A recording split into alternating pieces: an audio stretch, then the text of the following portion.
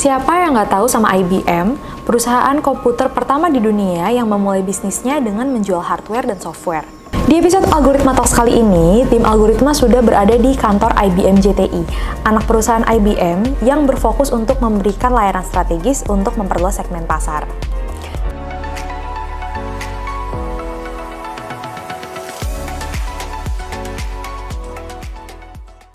Halo, saya Betsy dari tim Algoritma. Saat ini saya sudah bersama dengan Kak Airin Sunario, Junior Data Scientist di IBM. Dan hari ini Kak Airin akan berbagi mengenai bagaimana sih Data Science membantu IBM untuk menjadi mitra yang memberikan layanan terbaik dalam teknologi informasi. Halo Kak Airin, apa kabar Kak? Halo, baik.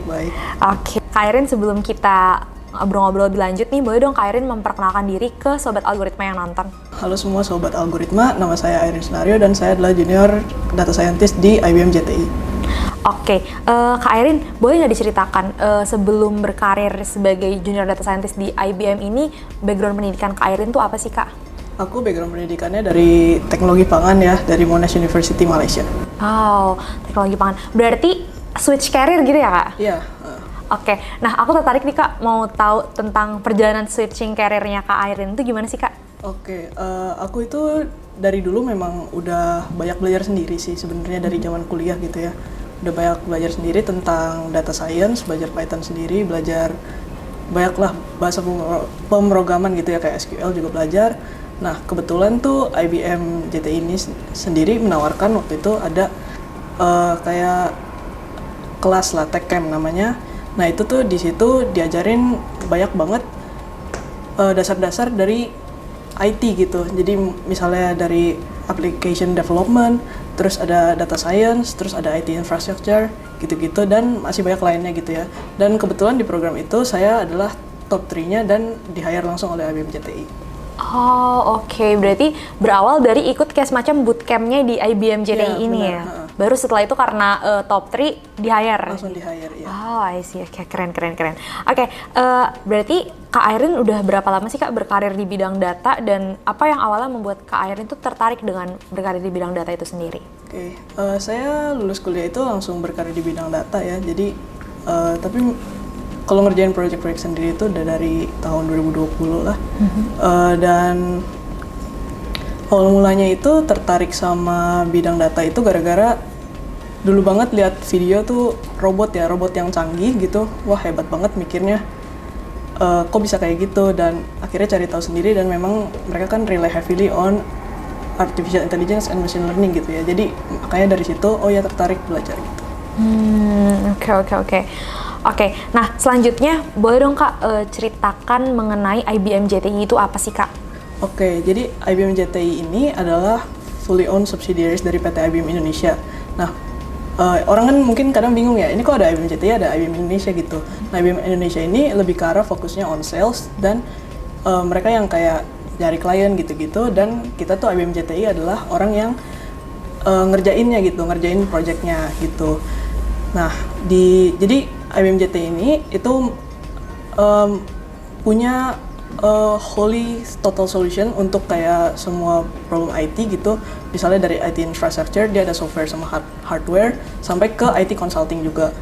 Nah, IBM JTI sendiri ini fokus sama pengembangan sumber daya manusianya yang mumpuni gitu. Jadi dan sumber daya manusia ini nantinya akan memberikan solusi terbaik bagi kliennya, regardless the brand of the product. Nah, IBM JTI ini sendiri kan anak perusahaannya IBM ya. Jadi mereka ini benar-benar hold IBM value sama IBM Business Conduct Guidelines gitu. I see. Oke, nah terus sebagai seorang data scientist di IBM JTI, seperti apa sih day to day Kak Airin? Oh, jadi kayak kesehariannya gitu ya dari pagi gitu. Oke, kalau pagi-pagi tuh biasa aku ada 3 hal sih. Ngecek email, terus ngecek logs gitu. Jadi make sure end-to-end itu ETL semua data tuh aman, sama ngecek Trello. Jadi Trello ini adalah board yang dipakai oleh tim data sendiri untuk nge-track kerjaan kita.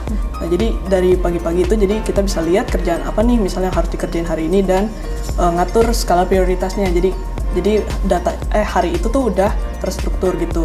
Nah, habis kalau udah ngecek itu semua itu udah oke, aku biasa langsung ngerjain kerjaan sih. Langsung lanjutin kerjaan, siang itu sekitar jam 2 itu tuh tim data ada meeting setiap hari. Jadi untuk checkpoint lah seharian itu udah kerjain apa dari meeting kemarin sampai meeting hari ini gitu. Itu udah selesaiin apa aja, dan kita juga sekalian evaluate, misalnya tim kita ada problem apa nih gitu, ada problem apa atau ada salah satu anggota kita kesulitan, ya kita mungkin bisa cari tahu untuk bantuinnya gitu. Nah kalau udah kayak gitu sore-sore kalau misalnya gak ada kerjaan, biasanya ada 3 juga, biasa lanjutin kerjaan. Kalau nggak ada kerjaan itu biasa meeting sama user, bisa kayak cek lagi user acceptance test, atau mau ngecek user ini butuh apa nih kira-kira dari tim data, atau enggak bisa juga learning, karena platform learning di IBM ini benar-benar bagus gitu. Kita pun dikasih Udemy gratis, jadi bisa belajar sendiri gitu loh untuk ningkatin skillnya yang emang dari IBM JT ini udah harus gitu ya, kita perkuat dari skill kita. Oh, oke. Berarti sambil ikut belajar sendiri gitu ya, Kak? Iya. Oke. Nah, saat ini project data yang sedang dihandle atau dikembangkan oleh tim data di IBM JTI ini apa aja sih, Kak? Oke, jadi kalau proyek-proyek yang sekarang itu kita ada ongoing itu data visualization ya. Jadi untuk user kita lagi evaluate ke user-user gitu, misalnya kayak butuh visualisasi apa yang bisa kita otomasi dari visualisasi ini gitu, apa yang bikin pekerjaan user ini lebih gampang gitu ya dengan bantuan tim data. Nah, habis itu kita juga ada AI recommender system, jadi kita tuh bakal sekarang lagi coba diimplement gitu ya, untuk kalau misalnya ada job posting nih, terus ada CV masuk, nah kita tuh bakal compare gitu pakai AI gitu, mana orang yang paling cocok untuk job ini gitu. Terus selain itu kita juga lagi ngembangin OCR, jadi kayak misalnya ya buat user lah, kita bisa ngekstrak data gitu ya dari foto, sama kita ada web scraping juga, jadi untuk mengubah yang website gitu yang non-tabular menjadi ke tabular format yang bisa langsung diolah di database.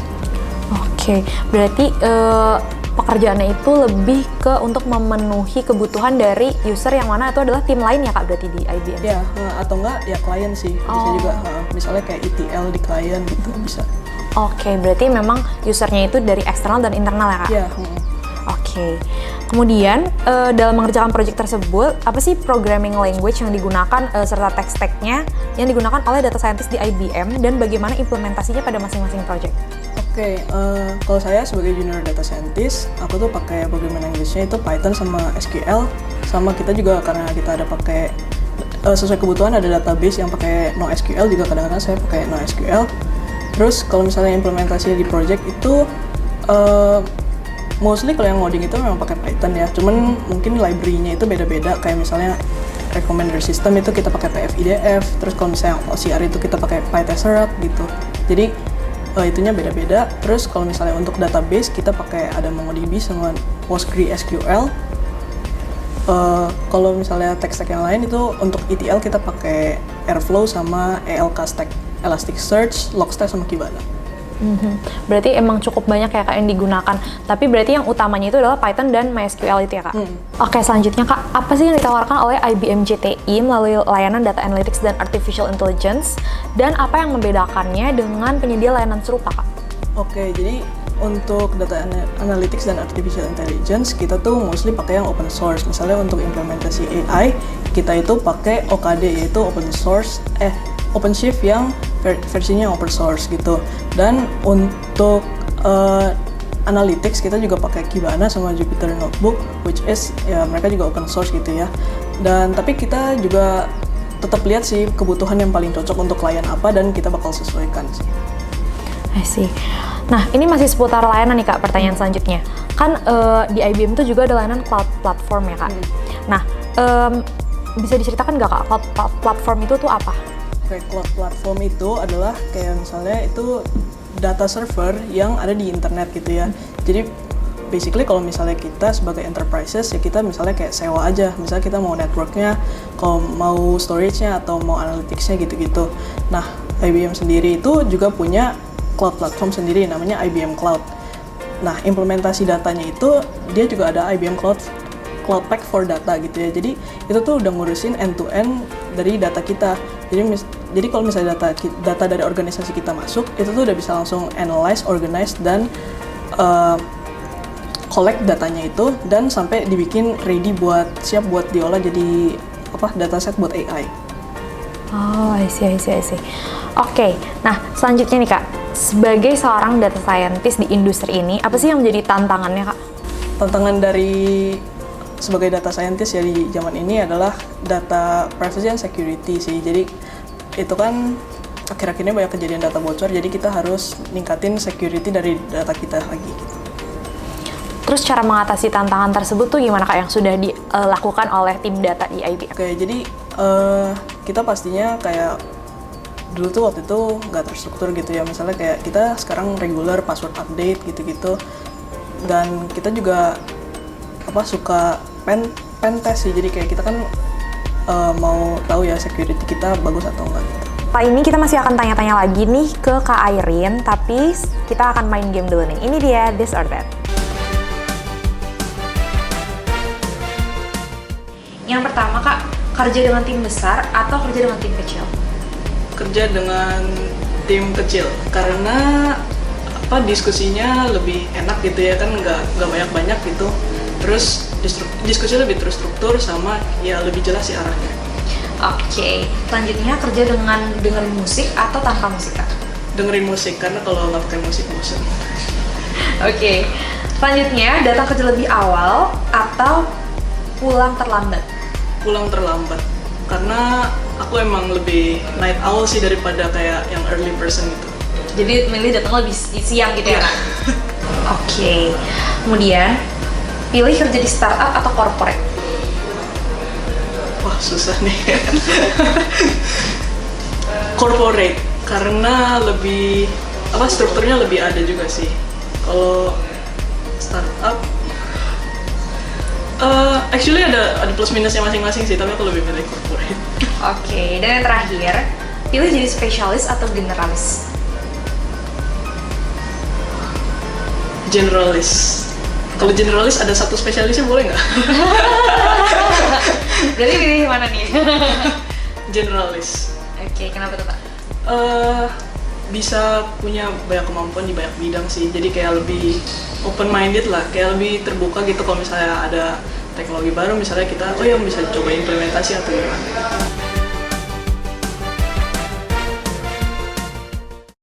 Nah, kita lanjut ke pertanyaan berikutnya. Oke, nah kalau di IBM JTI sendiri, karakter data talent yang seperti apa sih Kak yang dibutuhkan di tim data ya khususnya Kak? Oke, yang pastinya itu mau belajar sama mau berkembang sih. Karena kan di era yang sekarang serba cepat ini banyak juga kayak teknologi baru masuk dan keluar masuk gitu ya. Jadi ya pasti tetap harus mau adaptasi sama mau belajar sih. Oke. Terus yang terakhir, boleh nggak Kak berbagi tips untuk sobat algoritma yang nonton yang baru mulai belajar data science atau ingin berkarir di bidang data Kak?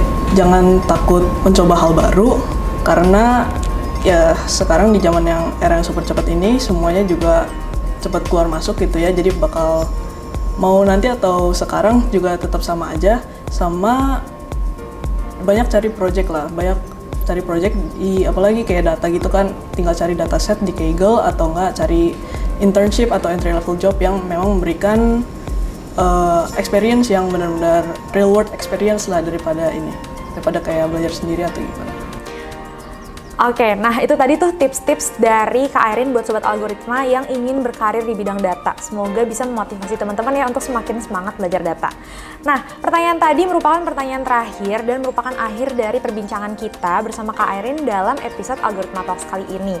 Semoga konten Algoritma Talks tadi dapat bermanfaat untuk teman-teman semua ya. Terima kasih juga Kak Airin untuk insight dan ilmu yang sudah dibagikan.